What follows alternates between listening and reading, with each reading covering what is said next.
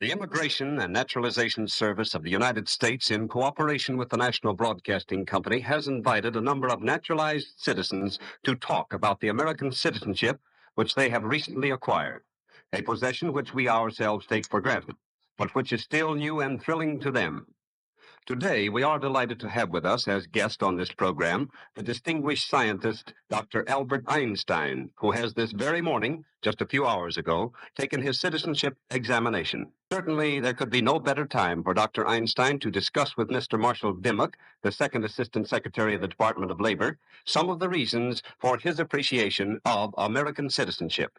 Dr. Einstein, I know that you seldom give interviews, and so I want to thank you on behalf of all of our listeners for coming here today. I'm sure that what you have to say will be of real interest and service to your new country. It is clear to me that it was a self-evident duty to accept this invitation.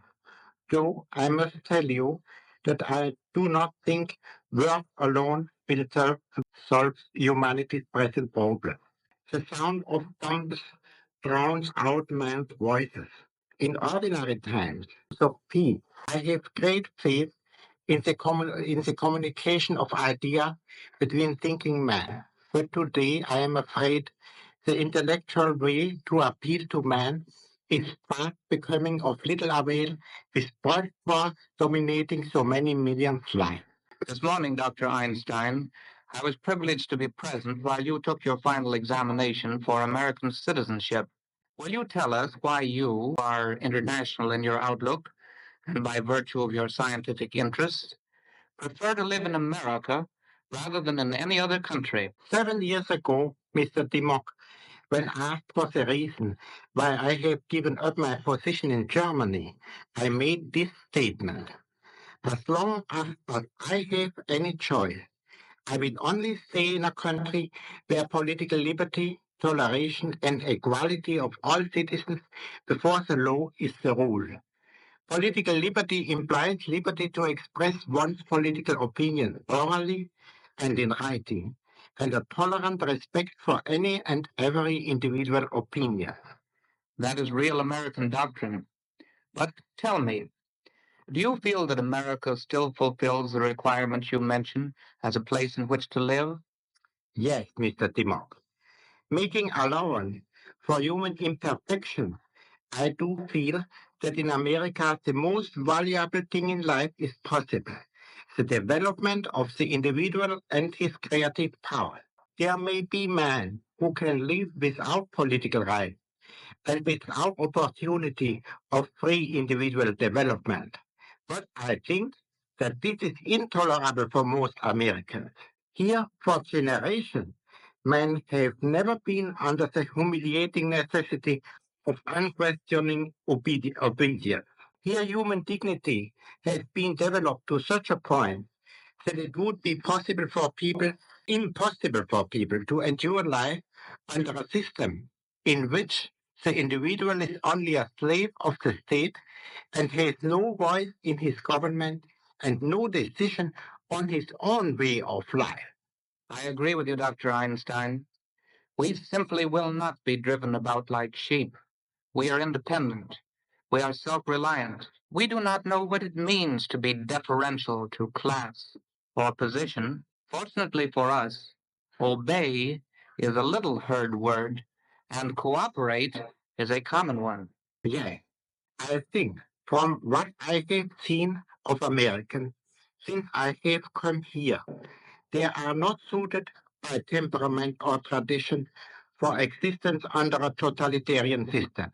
I think that most of them would not find life worth living so.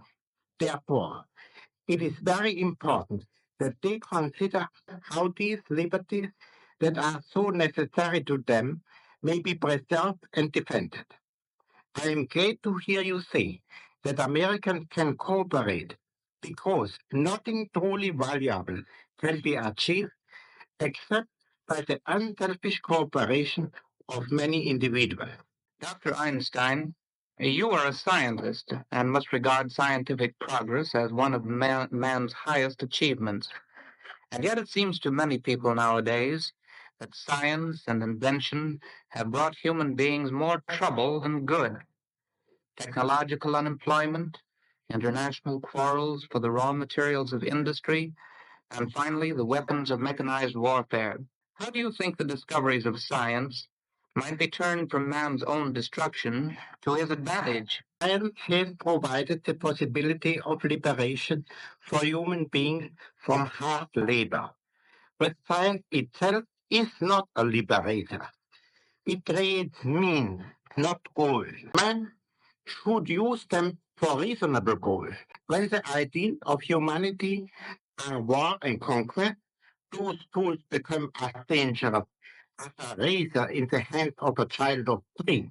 We must not condemn man's inventiveness and patient conquest of the forces of nature because they are being used wrongly and destructively now. The fate of humanity is entirely dependent upon its moral development. I have often wondered why it was that leaders in science and culture had so little influence on the course of political events. What is your opinion in that matter? I think it is quite understandable. Scientists and artists, through their works, frequently have had enduring influence even in the realm of politics.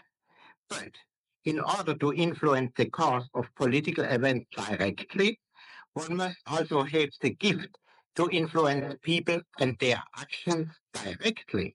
This is rather a matter of arousing and using emotion and personal confidence than of clear understanding of causal connection. For this reason, intellectuals have little chance to impress an audience. Also, they usually do not have the gift to make decisions swiftly. Among the outstanding American statesmen, Woodrow Wilson is perhaps the truest example of the intellectual type. But he too did not seem to have mastered the art of dealing with man. His greatest achievement, the League of Nations, appears today as a failure on superficial observation. But in spite of the mutilation of his contemporaries and the boycott of his fellow countrymen, Wilson's work, in my opinion, will be recreated in a more powerful form. Only will the importance of this great innovator be fully recognized. What hope have you, Dr. Einstein, that another League of Nations could prevail in a nationalistic world with its unevenly distributed resources and its unsettled economic conditions? I am convinced that a federal organization of the nations of the world is not only possible, but even an absolute necessity of the conditions on our if the conditions of our planet are not to become unbearable for man. The League of Nations failed because its members were not willing to give up a part of their right of sovereignty, and because the League was without any executive power. A world organization cannot ensure peace effectively unless it has control over the whole military power of its members. Exaggerated nationalism is an artificially created emotional state resulting from the necessity to be prepared for war. This exaggerated nationalism would quickly disappear with the elimination of the war danger. I do not believe that the unequal geographical distribution of raw materials must necessarily lead to war. As long as a nation has access to the material which are necessary for its development, it can very well prosper. This is clearly shown by nations such as Switzerland, Finland, Denmark, and Norway, which belonged to the most prosperous countries of Europe before the war. One of the most important functions of such an international organization would be to secure unhampered distribution of the raw material and free access to markets. The solution of the internal economical and social problem could be left largely to the individual state. I cannot help but wonder if this statement is not a bit too optimistic. Can one strive towards an international order founded on justice, while on the other side of the Atlantic, brute force is strangling one democratic nation after the other? I am far from being optimistic. What I have told you is not a prophecy, but a statement of what must be done to prevent life on this earth from becoming unbearable. Everybody will agree that we are now farther removed from this goal than seemed to be the case 10 years ago. This setback could have been avoided if the democracy had then shown the same solidarity and readiness for sacrifice they have shown now in this hour of grave emergency. Will to sacrifice, solidarity, and wise foresight, however, are most effective before the hour of dire necessity has arrived. May our America be spared such an hour through the resolute action of her citizens and statesmen. You have great faith in your chosen country, Dr. Einstein. I hope we may be worthy of it through all our acts and decisions and attitudes during these trying times when emotions often deprive men of ability to see things clearly. I believe that most Americans act like Americans. By that I mean that they are innately just, tolerant, and reasonable. But a time of crisis tests the democratic qualities.